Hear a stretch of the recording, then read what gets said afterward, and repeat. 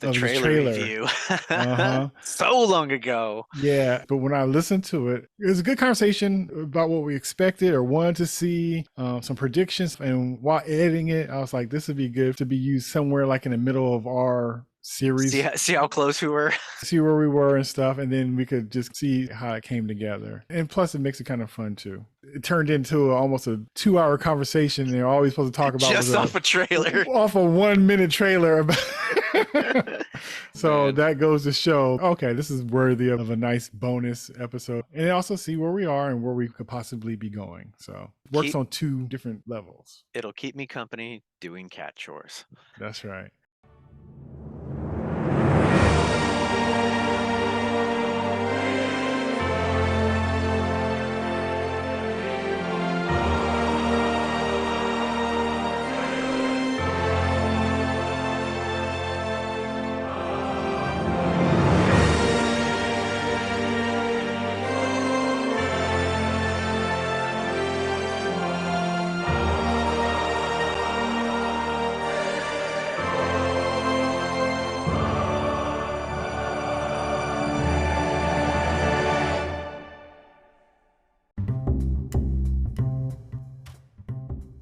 Good sir, fellow troublemaker, how be thee? No supper. Oh, I'm old. Aren't we? Aren't we all? Hey man. So not like the only thing we have to talk about all the time is Star Wars stuff, but that seems to be what we do. Well, today we saw a new trailer. Trailer number 2. Trailer number 2. Did I miss trailer number 1? Oh yeah, it dropped. I want to say maybe a month or more ago for Ahsoka. I wonder if, huh. It's probably about half as long as the second one, but they did add some things, and I think they've been doing, I would say, a fairly good job of not really giving away any sort of big plot moments, Now, right? now Nothing that you can string together. okay, true.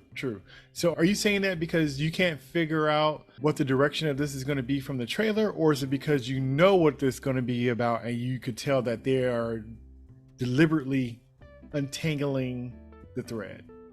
So I have some guesses, but like none of it feels really like, oh, they're definitely doing this.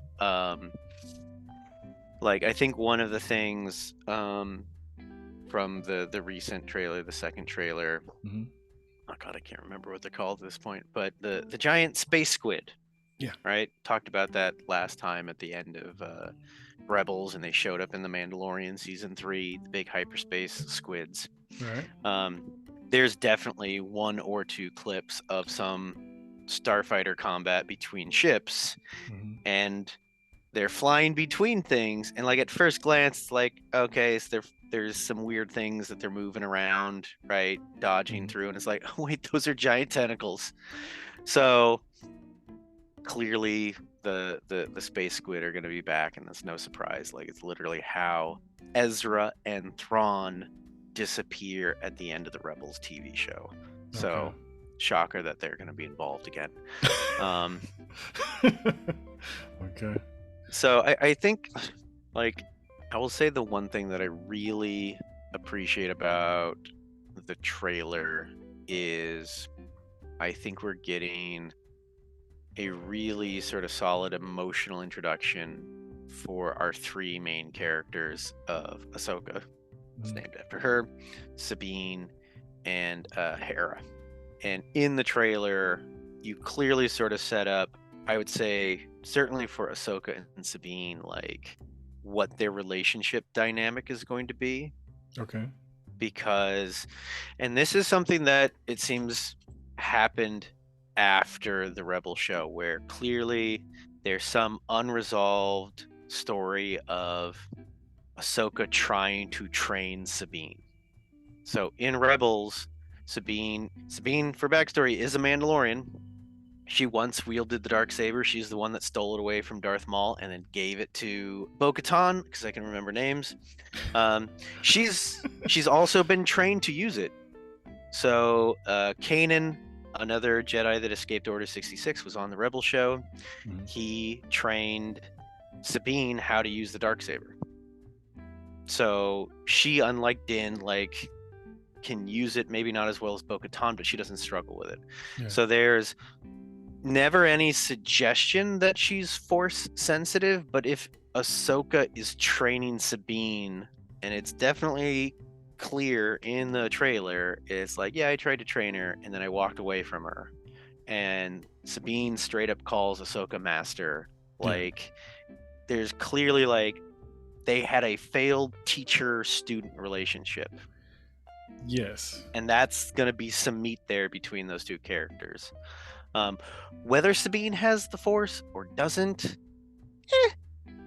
could go either way, and I'd be okay with it, right? Okay, you're gonna go and take this character and make, which could be interesting for a lot of people, a Force-sensitive Mandalorian, right? Wow. Which hasn't happened in like 1,000 years, and the last one made the Darksaber. So there's that. And if she's not Force sensitive, but she just wants to be able to do lightsaber combat, and that was the training focus because she wants to be a better combatant, that's still interesting.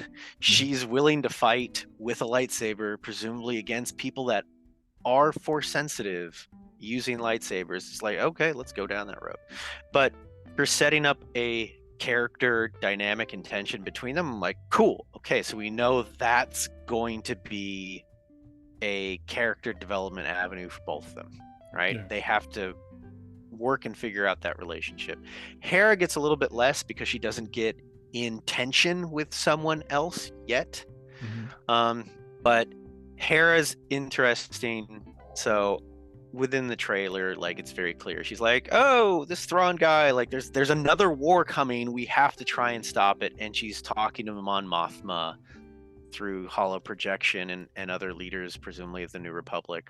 And of course, actress from Andor who plays Mon Mothma, so nice carry through. But like, I think there's a line in the trailers, like her whole life she's been fighting in war, right? And the funny thing is, I caught the other somewhat recent animated show, The Bad Batch, and I gotta catch like, up on all that stuff. it's too much. Like, it's honestly too much. Don't feel like you have to. But The Bad Batch follows basically like 5 rogue, like quote unquote genetically defective clone troopers. And it starts right at Order 66. Okay. And so like halfway through season 1, they end up on the Twi'lek homeworld, and Hera is a Twi'lek, and her father fought in the resistance against the separatist forces and teamed up with the clone troopers to liberate their planet. And so she's like a little teenager when basically the clone troopers, now part of the Empire, like, yeah, we're not leaving. Like, we have to stay here and maintain order. And long story short, the Empire, through the clone troopers and one of the military leaders, like, get her father arrested and killed. And like, so literally since she's been a teenager, she's been fighting the Empire and trying to like get rid of them. And so she's been involved in war literally her whole life. So it'll be interesting to see what they do with Hera, right?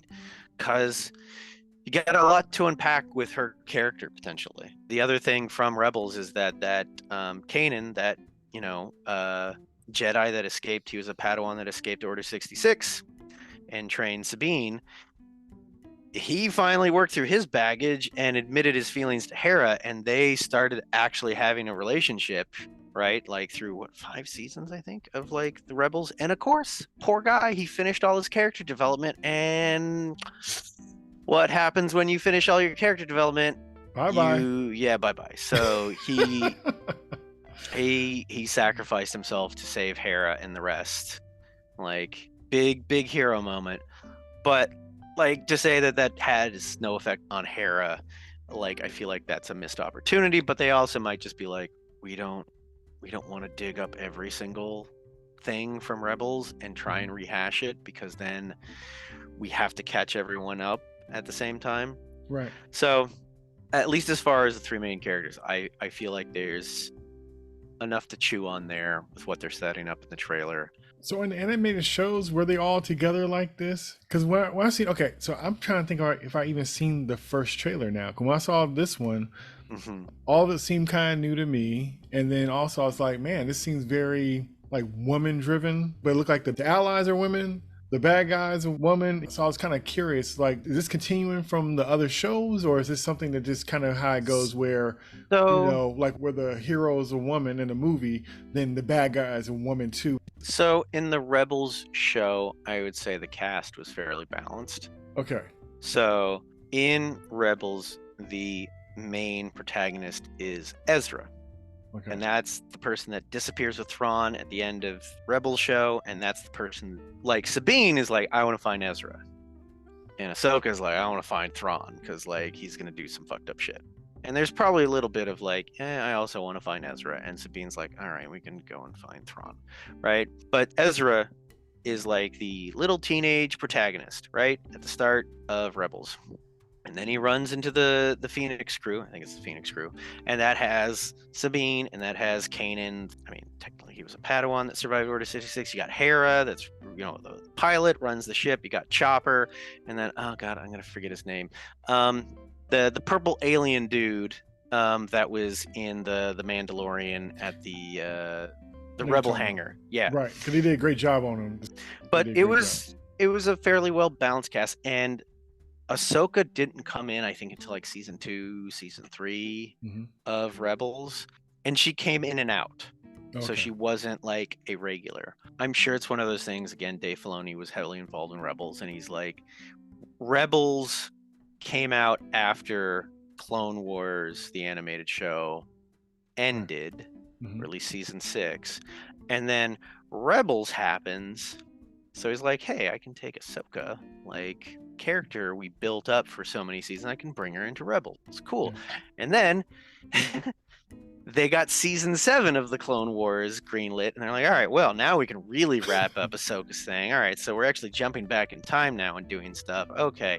And then also we've got this new show that comes out after, that's the Bad Batch, and it jumps back in continuity to literally right after Order 66. Ironically, the Kanan character, right, that survived Order 66, you literally get to see him escape Order 66 with these clone troopers. His master gets killed. It's definitely a little bit of like, we're just gonna keep playing in my backyard, and like, here's my figurines, like, and it's fine. Like, this, it's not a critique, but like, it really does. All these characters really do sort of tie together. Well, I was just saying, like, it seemed like it's just very women-driven cast. I didn't know if it was always like that with the 3 that they showed, like, kind of interacting with each other like that, or if it was just something they were putting together for the show. No, I was just curious. I didn't know if it was similar. I don't think we're gonna get a girl power moment. He don't normally do that, but we've seen these shows go left. Not saying that this is gonna happen to this one. I will be really surprised. It looked like everybody's kind of handling their business. Another thing that stood out to me was Ray Stevens, and with his passing and all that. So that was just kind of crazy to see him. It's unfortunate. He was a great actor. Yes, he was. He was a Punisher at one time. War Journal. Yeah. War Journal. Really, yeah, it was pretty cool. Very stylized. Yeah, I really liked it. But I thought to me, out of all the people who played Punisher, I thought that he had the look for me and the attitude. Right. And then he was also in the Thor movie, and he's been around. Oh, that's right. That was him. Yeah. One of the something 3 or whatever it was. But I think we haven't seen sort of all the characters that are coming to play. There's also, I forget her name. The administrator or something like that, again from Mandalorian season 1, season 2, whenever Ahsoka showed up in Mandalorian, right? And Ahsoka was on the like, we gotta I'm hunting down Thrawn, and she has that big fight with, I can't remember her name. Let's call her the administrator or magistrate. She was the magistrate. And the magistrate seems really interesting, and again, you've got some opportunities there, because like, there was nothing in sort of that Mandalorian episode that's like, she's a Force user, Hmm. right? There's Right. nothing that's like screaming Jedi or screaming Sith or anything else like that. But just vibe wise, I'm reminded of Donnie Yen in Rogue One, Okay. right? The blind Yeah. fighter, right? And Also he's played the kind of blind fighter in John Wick. right. John Wick 4.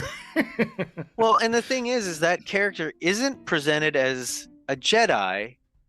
He's almost just like an acolyte of the Force, not necessarily someone who has special training. It's Right. not, it's kind of, it's like, is he using the Force to fight just as a sensory thing because he's blind? Like Right. Right.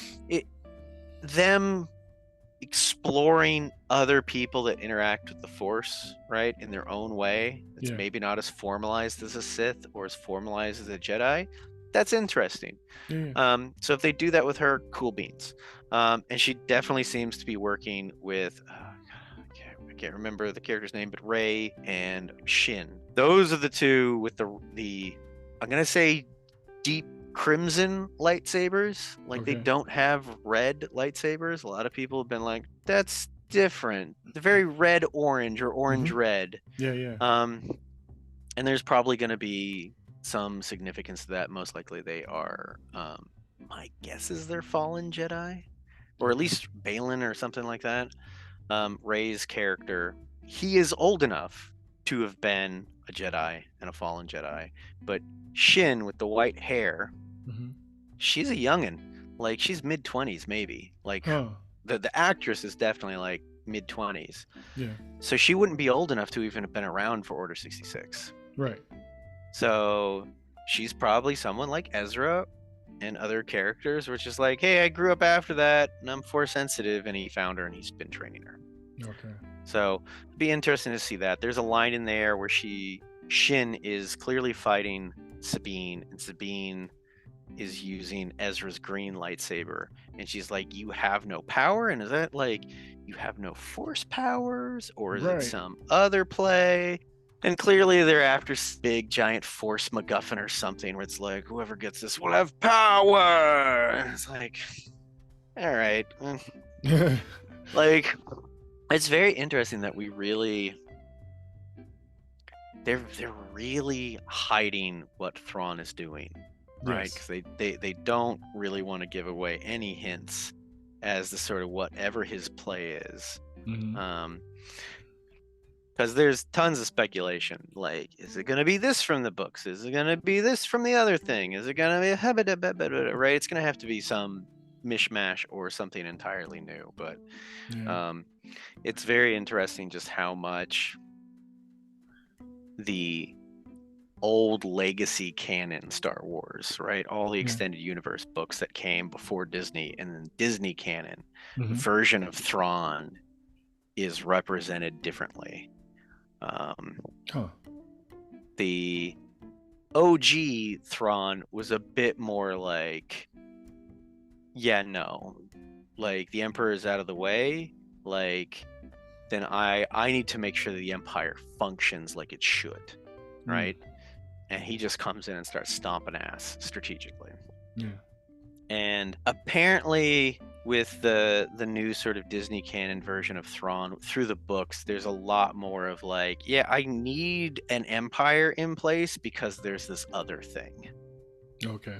Right? So it sets him up a little bit more of like, I want to say maybe like an anti-hero where he's like, no, I'm going to do all the horrible things to make sure we build up this defensive military system because something else horrible is coming, right? Okay. Hmm. So we'll see sort of what if they sort of continue that thread or they do something different. But I mean, Thrawn looks really good. Like Yeah. all the special effects look really good. So another interesting thing that's in there is a robot at the end of the second trailer. And I'm gonna try and pronounce it right. Hugh Yun, Okay. right? Very odd looking sort of droid. Yeah. And that droid is older than Yoda. What? Yeah. So, Huh. I only found out some of this the other day because I didn't catch the episodes of Rebels that he was in. But straight up, like, this droid helps Padawans that had basically build their lightsaber. Oh, wow. So he doesn't necessarily go with them to go and get their kyber crystal that they need to put into the lightsaber, but like he like gives them options and ideas of what materials to use, and then actually guides them in assembling their first lightsaber. Oh. And so it's like every Jedi for like last 1,000 years used Hu Yun to build their lightsabers. And apparently there's at some point in one of these things where he's like, oh wow, I haven't experienced something like this since Master Yoda built his first lightsaber. And it's like, wait, hold up. What? It was like, oh the fuck. So they've even referenced him in the High Republic books, which is like 1,000 years ago. Okay. So that's a trip. So he's kind of like the sorting hat of, in a way.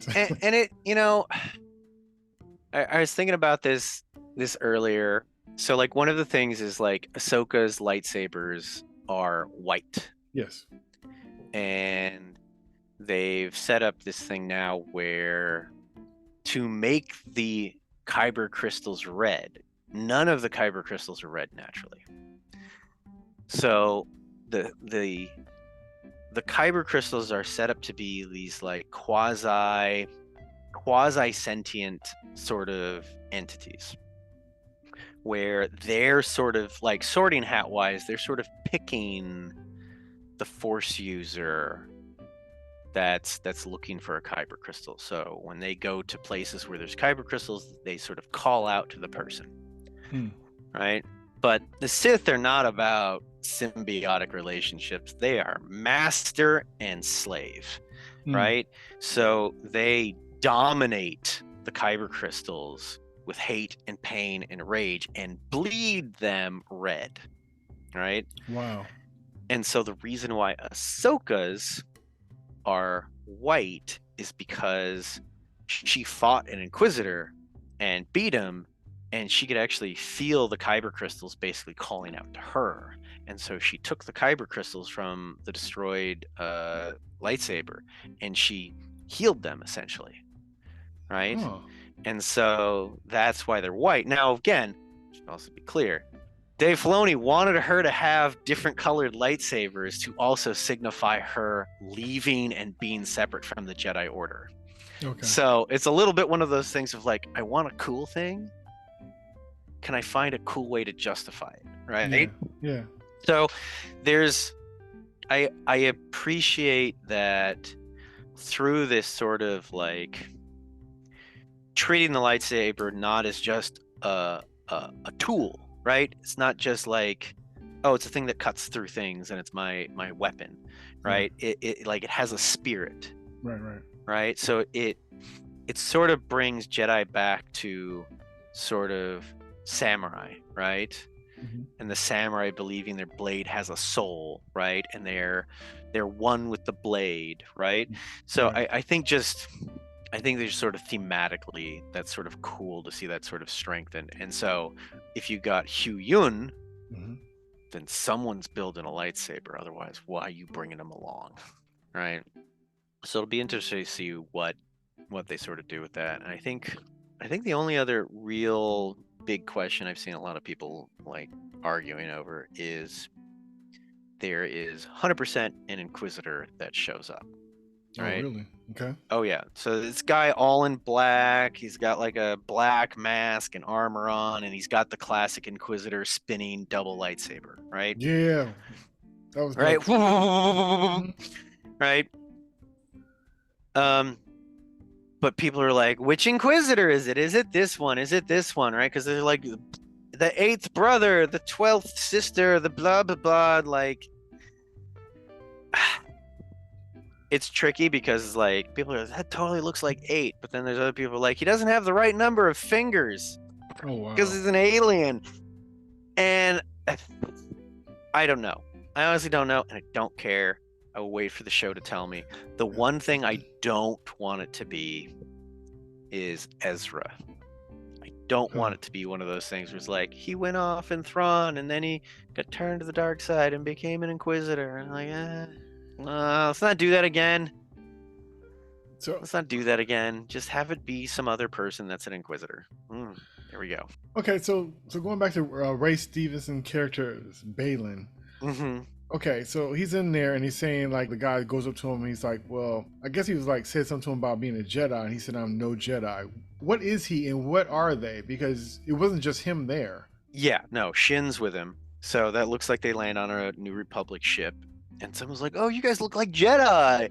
Wow, we should totally let our defenses down. After you put a And hole through the guy, then he yeah, tells him I'm not a yeah, Jedi. I'm no Jedi. And I read that as I used to be a Jedi, and being a Jedi failed me, right? It's someone's worldview got destroyed, and so fuck that worldview, right? And that can explain. I don't necessarily think he's a Sith. That's what I was gonna say. So do they play the middle, or are they just on the? So what line are they on? So I think they're definitely dark side users, but I just don't think they're Sith. Okay. So they've got their own agenda.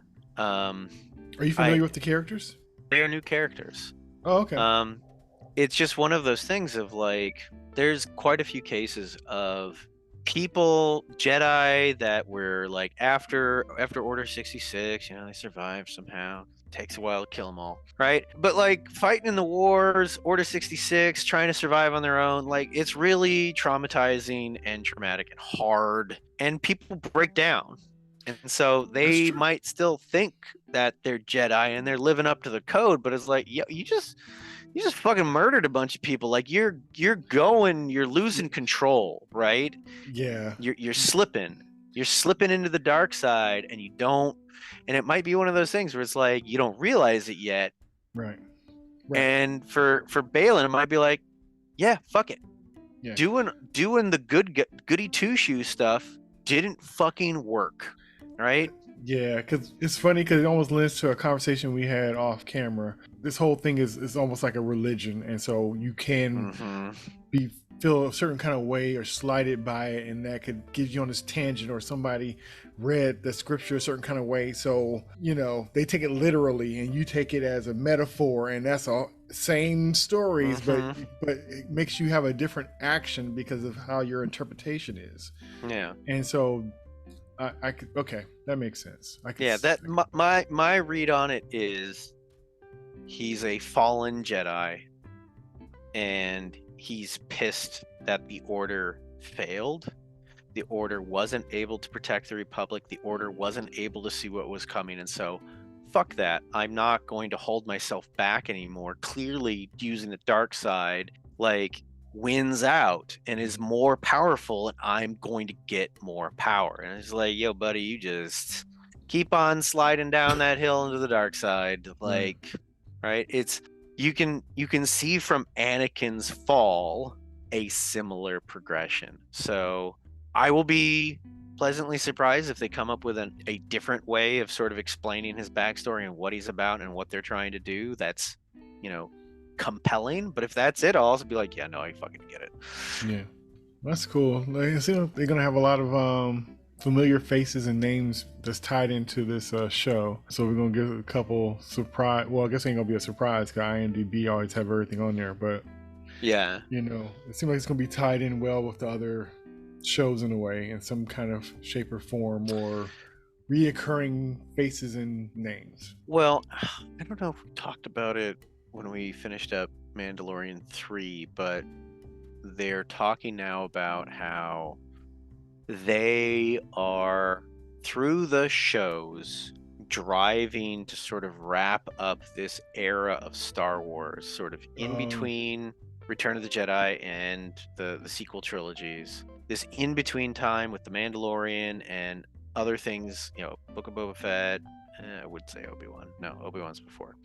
But all these sort of shows in this era are driving towards a movie. Oh, really?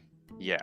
And so it's like, so presumably, unless, someone else dies or something else like that, I mean, actors, like Din's gonna be involved. Probably Bo-Katan will be involved. Ahsoka will probably be involved. It's like they are heading towards a thing, right? And it's going to be it's going to be the Avengers movie, right? But they do all the build up the setup in the shows, I saw the graphic for like a video and I didn't watch it, but it was just like it's all just ads now. And it was like showing like different media, like the Marvel movies and like Star Wars and other things like that. And it's one of those things where like every show, every movie is like partially an ad for the next show or movie. Right. Right. And you know, for you and I coming from like reading comic books, like, yeah, that's how comic books work. There's always like a stinger at the end of like, oh, but who's in the shadows, right? Exactly. Yeah. So it's like I can't really complain about it, but it's a question of, for whatever the show, the movie, the story they're telling, do they tell a full, complete story that's not like hampered by, oh, and we got to have this tease, right? If it's just a little tease at the end, okay, cool, right? But it's not like we're telling this kind of or sort of bumpy story, but really we're setting up this other thing. Like we've seen with Marvel recently, where the namesake of the movie is a visitor in their own movie. Yeah. Guess what the movie's about, not the namesake of the movie. I don't know. Right. So I don't think we're necessarily going to get that here. Okay. I think it's going to be a fairly solid sort of show. I think it's very interesting to watch how they've portrayed Ahsoka in live action, and it's really not, I would say, out of alignment with where she really sort of leaves off in animation. Okay.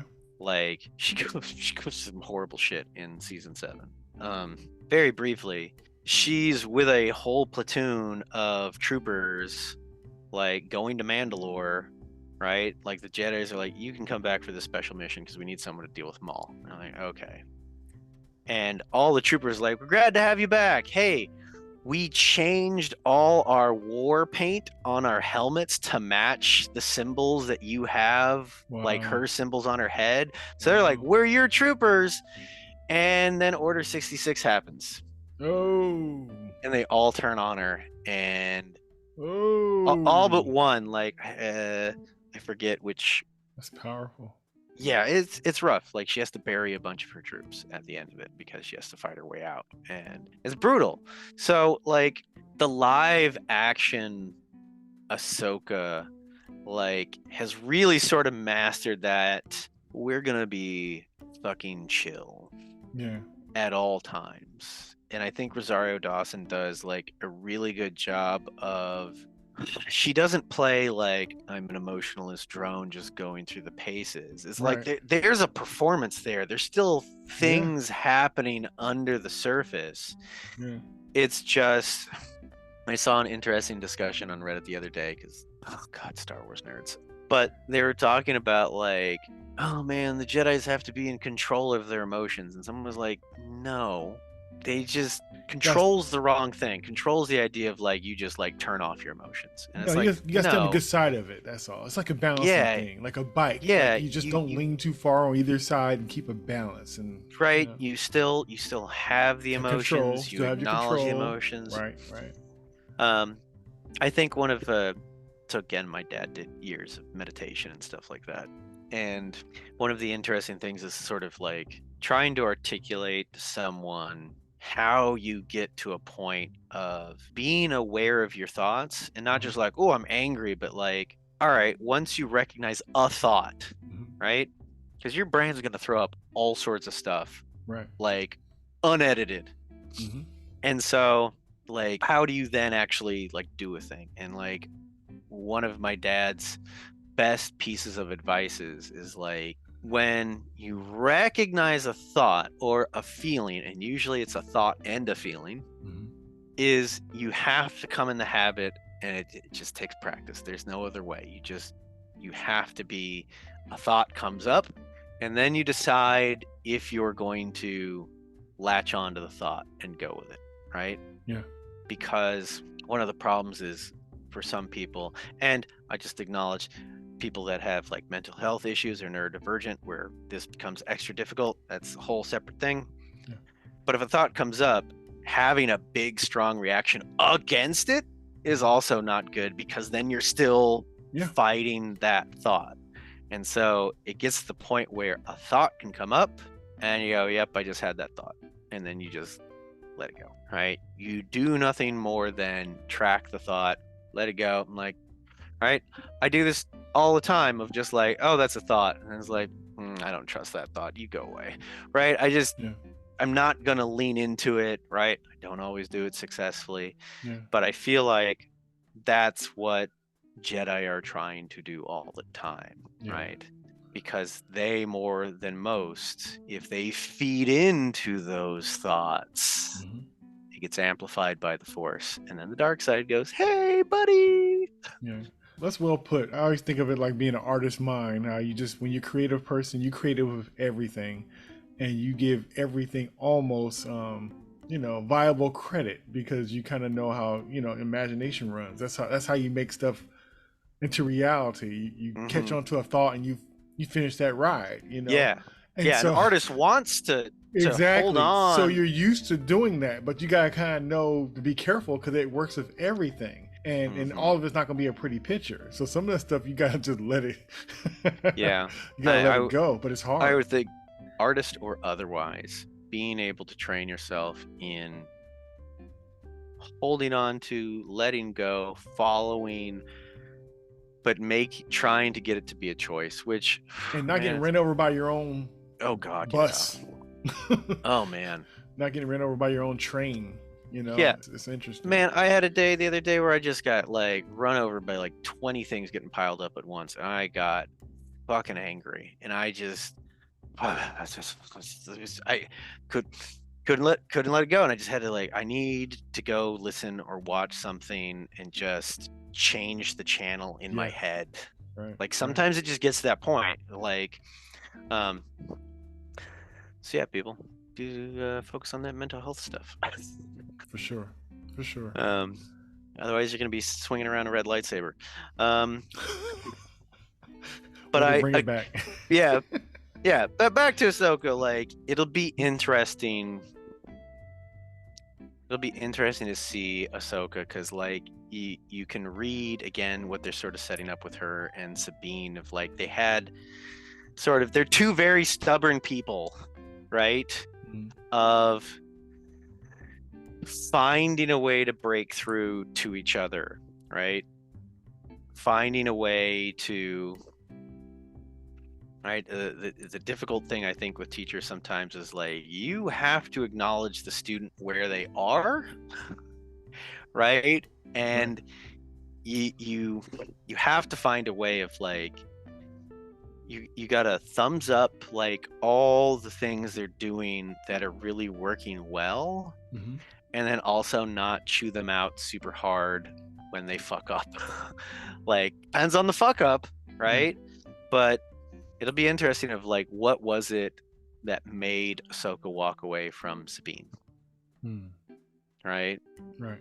It's easy to think of well, she's worried she's gonna train the person wrong, right? And that's either gonna be harmful to Sabine or it's gonna be harmful to other people, right? Mm-hmm. So that's one thing.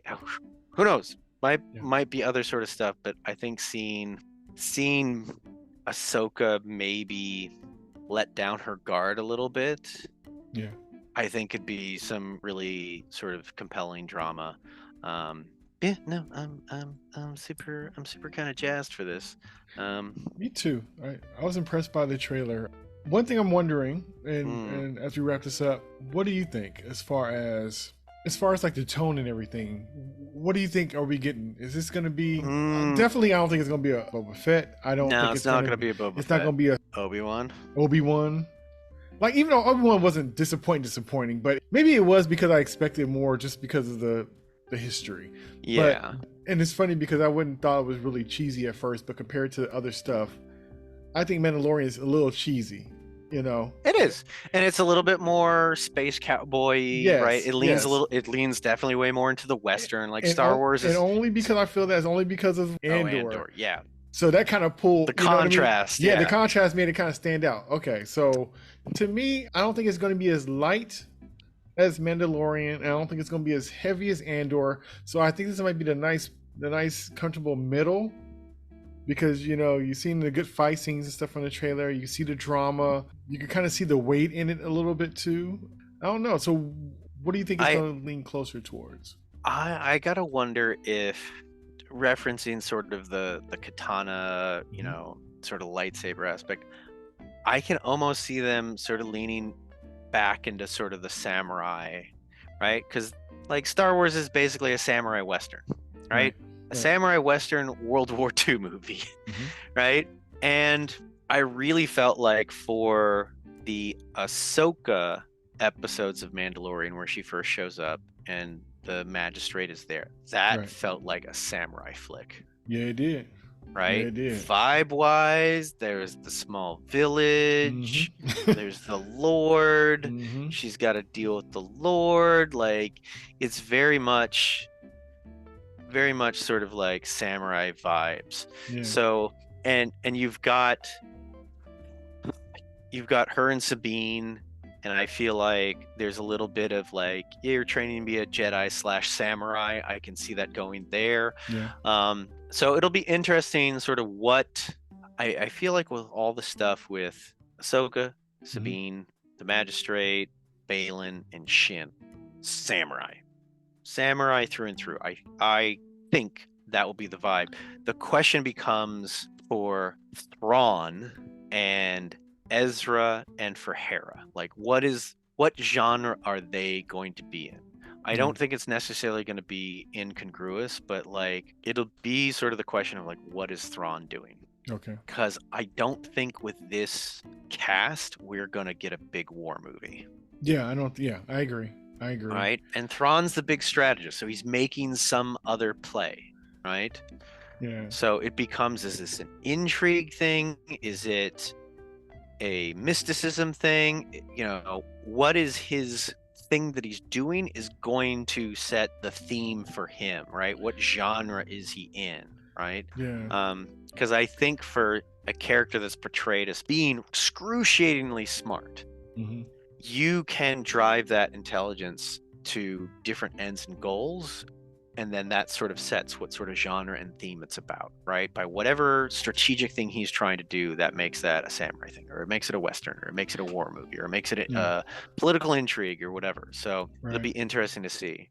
I, um, I have a sneaky suspicion he might not be in it that much. And it seems like a decent amount of action is going on. But I guess he would be more like a chess master who would he's be on that. absolutely a chess So master. he'll be the one on the outside, really not really getting his hands dirty, but making sure all the pieces are in the right place. So it's gonna be interesting. I think it's gonna be heavier than Mandalorian, but not as heavy as Andor.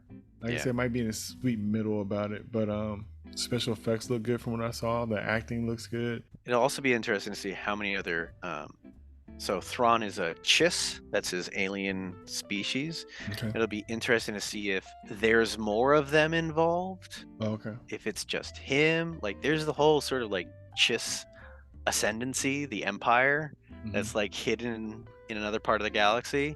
Yeah. I don't know if that's in the current continuity or not, but yeah, he's never the combatant, Yeah. right? He's always got other warriors at his side, Yeah. right, doing the actual work. So Yeah. I don't see him having a fight with Ahsoka, right? If it gets to that, something's gone horribly wrong for Right. him. Right. Right. That's true. That's true. One thing I will say too that stood out to me was Rosario is that she actually feels and look like the character from the clips I seen. Mm-hmm. Because I will say when I seen her in the other show, I won't say she was cosplay-y, but I don't feel because even with her moves and stuff, like they're not as tight as you know what I mean. Like I think it was more or less I'd agree.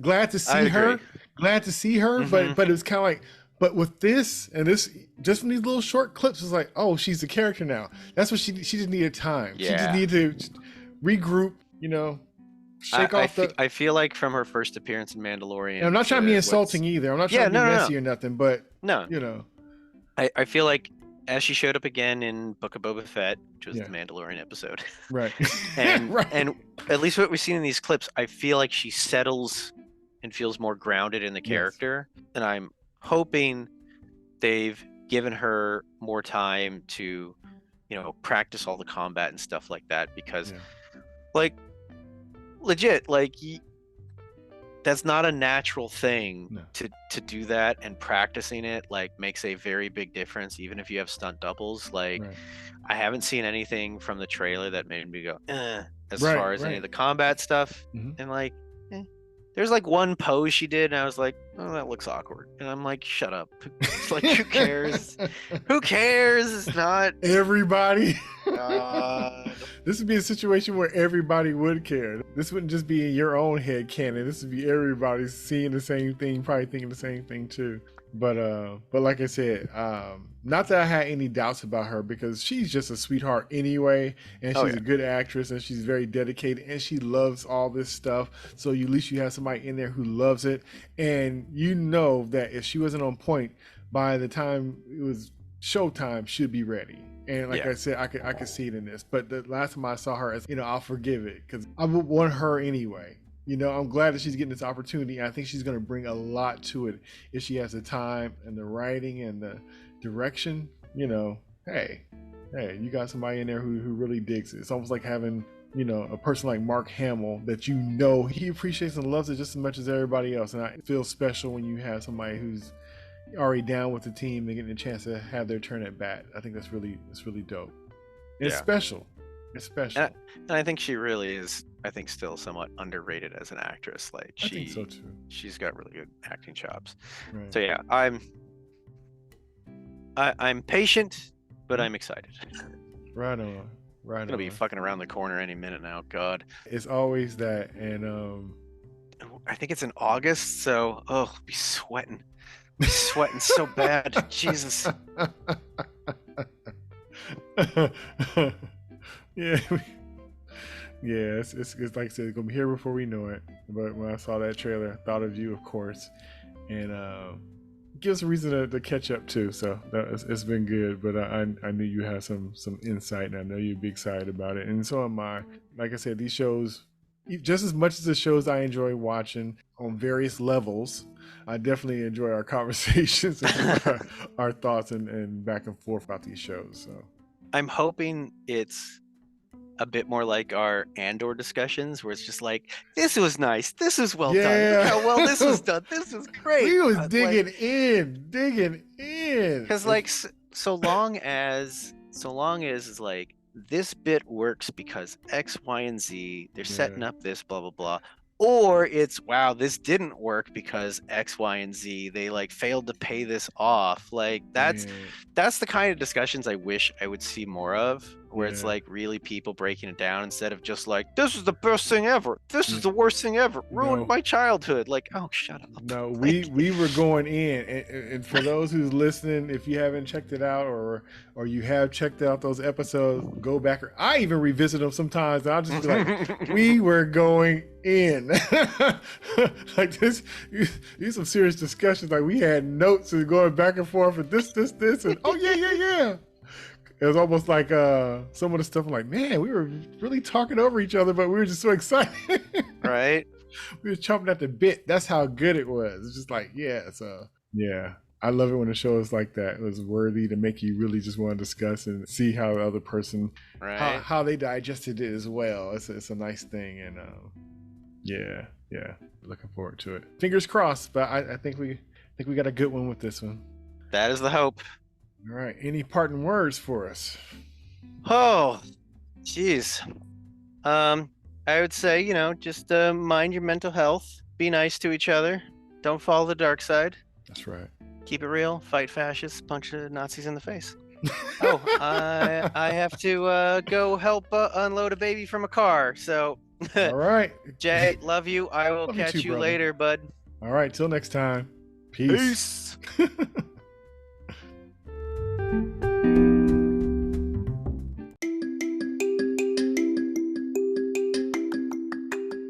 Hey, it's Jay. If you enjoyed my conversation with Ryan, please check out our episodes where we talked about the Book of Boba Fett, Spider-Man No Way Home, and the movie Batman. Thanks for listening, and until next time, peace.